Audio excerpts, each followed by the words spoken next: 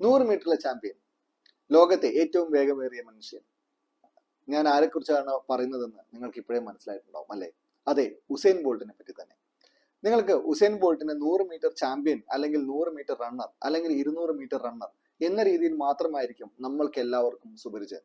പക്ഷേ ഇതിനു മുന്നേ ഒരു കഥയുണ്ട് ഉസൈൻ ബോൾട്ടിന്.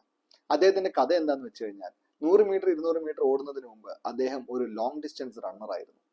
ലോങ് ഡിസ്റ്റൻസിലാണ് അദ്ദേഹം ആദ്യം ട്രെയിനിങ് ചെയ്തിട്ടുണ്ടായിരുന്നത്. അദ്ദേഹത്തിന്റെ ആദ്യത്തെ ചാമ്പ്യൻഷിപ്പുകളെല്ലാം മത്സരിച്ചതും അതിൽ തന്നെയാണ്. പിന്നെ അദ്ദേഹത്തിന്റെ ഒരു അസുഖം പിടിപെട്ടു. ആ അസുഖത്തിന്റെ പേര് വേറൊന്നുമല്ല, മടി, ലേസിനെസ്. അദ്ദേഹം മനസ്സിലാക്കി ഈ ലോങ് ഡിസ്റ്റൻസ് ഒക്കെ ചെയ്യണമെന്നുണ്ടെങ്കിൽ നമ്മൾ കുറെ നേരം ട്രെയിനിങ് ചെയ്യണം, അത്രയൊന്നും സമയം മെനക്കെടുത്താൻ ഇല്ല എന്നും. അത് ബോറടിച്ച് തുടങ്ങിയ സമയത്ത് ഉസൈൻ ബോൾട്ട് തീരുമാനിക്കുകയാണ്, ഞാൻ 100 മീറ്റർ അല്ലെങ്കിൽ 200 മീറ്റർ ഒന്ന് പ്രയത്നിച്ചൂടെ എന്ന്. അങ്ങനെ ചെക്ക് ചെയ്ത സമയത്ത് അതിന് നല്ലൊരു സ്പീഡ് കിട്ടി കണ്ടപ്പോൾ അദ്ദേഹത്തിന്റെ കോച്ചും പറഞ്ഞു, എന്നാൽ ശരി, നമുക്കിനി 100 മീറ്റർ 200 മീറ്ററിൽ മാത്രം കോൺസെൻട്രേറ്റ് ചെയ്താൽ മതി എന്നുള്ളത്. അങ്ങനെയാണ് അദ്ദേഹം ഈ ഷോർട്ട് ഡിസ്റ്റൻസ് റണ്ണിങ്ങിലോട്ട് മാറുന്നത് തന്നെ. എന്നാൽ പോലും നമ്മളെ പോലെ മടി എന്ന് പറഞ്ഞിട്ട് അങ്ങനെ മടി പിടിച്ചിട്ട് ഇരുന്നിട്ടില്ല അദ്ദേഹം.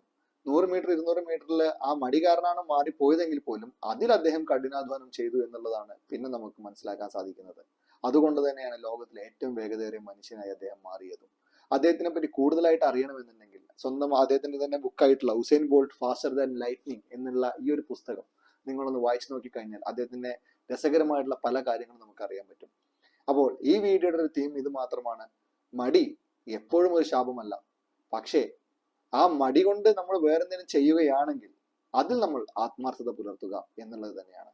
അത് തന്നെ ഉസൈൻ ബോൾട്ട് നമുക്ക് നൽകുന്ന വലിയൊരു സന്ദേശം. Thank you.